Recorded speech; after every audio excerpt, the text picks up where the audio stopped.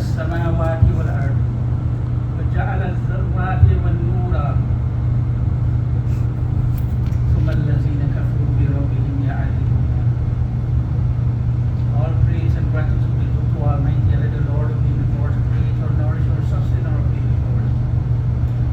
The most merciful of those who show mercy, the most compassionate of those who show compassion. The only one who has the right to be obeyed, the only one who has the right to place rules and regulations on mankind.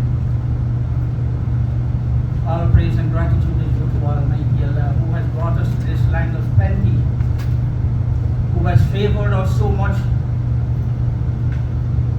above many of his believing slaves. And we are grateful to Almighty Allah for that. And we have to be grateful to humankind too.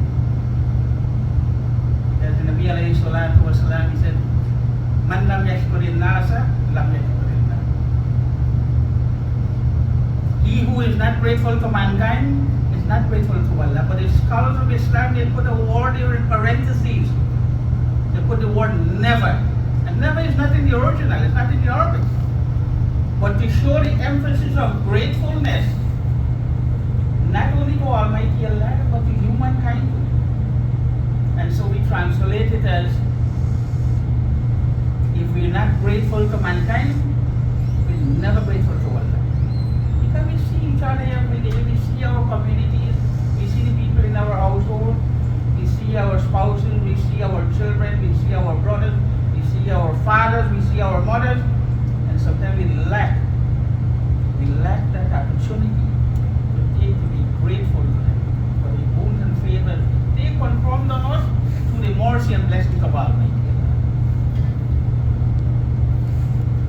My brothers, recently we have heard, want to digress a little bit and come to something of very big importance to us, because sometimes we don't correlate these happenings, these current situations, with a part of our Islamic belief. And because of this, the right analysis, we lose it.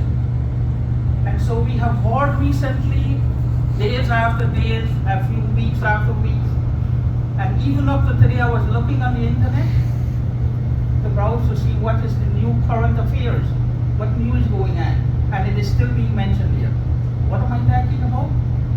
This trip with these 5 people in this mini sub, going on an excursion to see the wreckage of the Titanic way below into the way below into the ocean.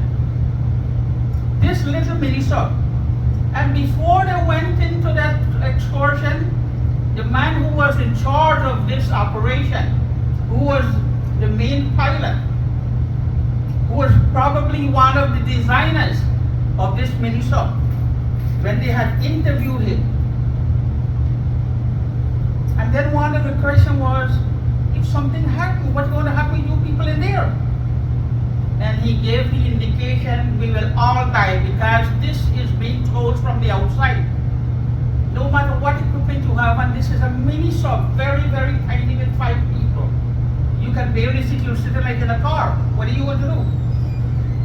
And before you go down there, they close it from the outside, so there's no way that you can open it from the inside. No matter what, even if you open it from the inside and you get out, the pressure of the water alone will kill you. You can't, there is no way that you can come up from there to up to the surface. No way, no way. But let us go and analyze the Nabi alayhi salatu wasalam, they keep telling us about technology like these here. And when we go and we decipher and we analyze from our system, we finally see that yes, the Nabi alayhi salatu wasalam, he mentioned something like this. But sometimes we don't correlate the two, we don't put the two together. And one day the Nabi alayhi salatu wasalam, he was passing by his companions, they were sitting, they were chatting, and just like how today we see some of our friends say, hey, what's up? What's going on? Of course that's not what he did, I'm just trying to make it dramatic. And he asked them, he said, so what are you people discussing? What are you discussing? And then they said, we're discussing the last hour. Naturally, because he's there with them, always talking about how to behave, how our akhlaq should be. so that we gain the hereafter, the benefits of the hereafter. So he naturally they're thinking about all these things that he's talking about. And so he said, the hour will not be established before 10 things happen. We, our scholars of Islam, our teachers, they have said these 10 are the 10 major signs. It is not recorded in the hadith, in the Arabic, these are 10 major signs. But because of the intensity of what he's talking about, they have, the scholars of Islam, they have put a heading to that. The 10 major signs. Now sometimes, we tend to forget these major signs. And number one, these signs are not, when he mentioned them, they are not in chronological order. Like, you would have number one would come first, and number two would come second, and number three. That he mentioned in the hadith, no, it is the scholars of Islam, they have said they are not in chronological order. And we have to listen to our scholars. Because the Nabi alayhi salatu wasalam, did he say, وَإِنَّ الْعُلَمَاءَ وَرَثَةُ الْأَنْبِيَاءِ. The scholars are the inheritors of the prophets. So we can't go against our scholars too, unless they're going against the norm of Islam, a fard of Islam. They're going against a major hadith. But this has nothing to do with that. This has to do with education. And so the Nabi alayhi salatu wasalam, he mentioned Dajjal. And then he went on to mention Ya'juj or Ma'juj, Gog and Magog.